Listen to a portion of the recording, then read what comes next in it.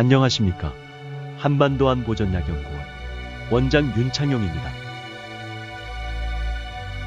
국내의 종북 세력이 북한 김정은이 지난 연말 제시한 무력적 화통일론을 정의의 전쟁으로 호도하고 이에 대한 적극적 준비와 실천을 독려하고 나섰습니다.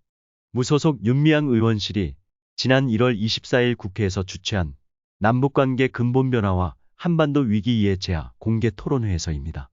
첫 번째 발표자로 나선 김광수 부산 평화통일센터 하나의 이사장이라는 자는 이렇게 말했다 합니다.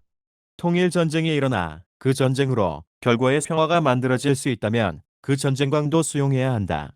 북의 전쟁관은 정의의 전쟁관이다.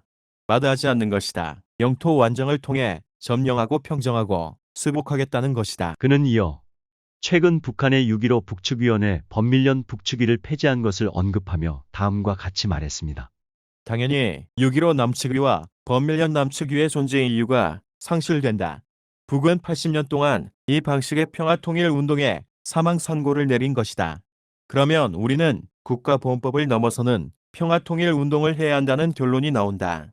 국회 회의장에서 약 15분간 이런 발언이 이어졌음에도 별다른 제지나 항의는 없었고 김광수의 발제가 끝나자 박수가 나왔다고 합니다.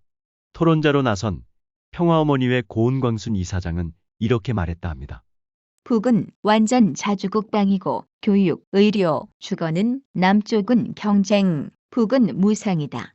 친일 청산도 남쪽은 완전히 실패, 북쪽은 성공했다.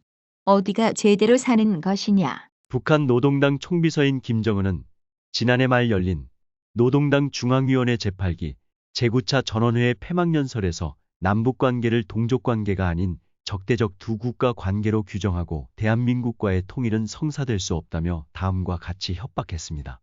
미국과 남조선 것들이 만약 끝끝내 우리와의 군사적 대결을 기도하려 든다면 우리의 핵전쟁 억제력은 주저없이 중대한 행동으로 넘어갈 것이다.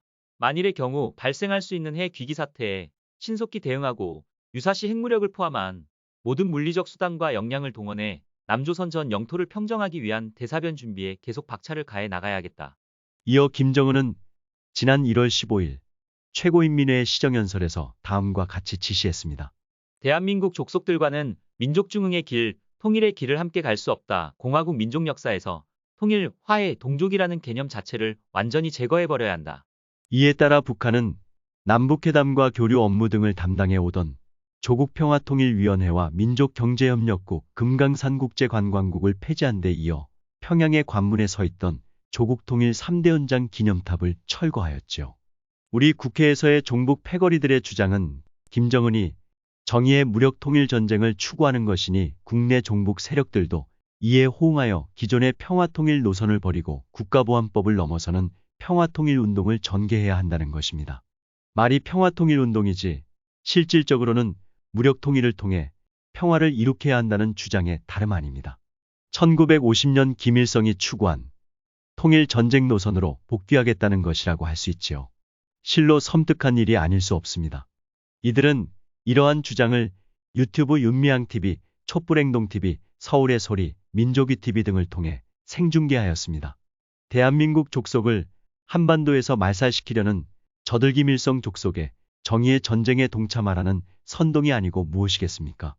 어쩌다 대한민국 국회 내에서 버젓이 이러한 일들이 벌어지게 되었는지, 어쩌다 이러한 일이 벌어지고 있는데도 누구 한 사람 제지하거나 논박하는 이가 없었는지 참으로 개탄스러운 일이 아닐 수 없습니다.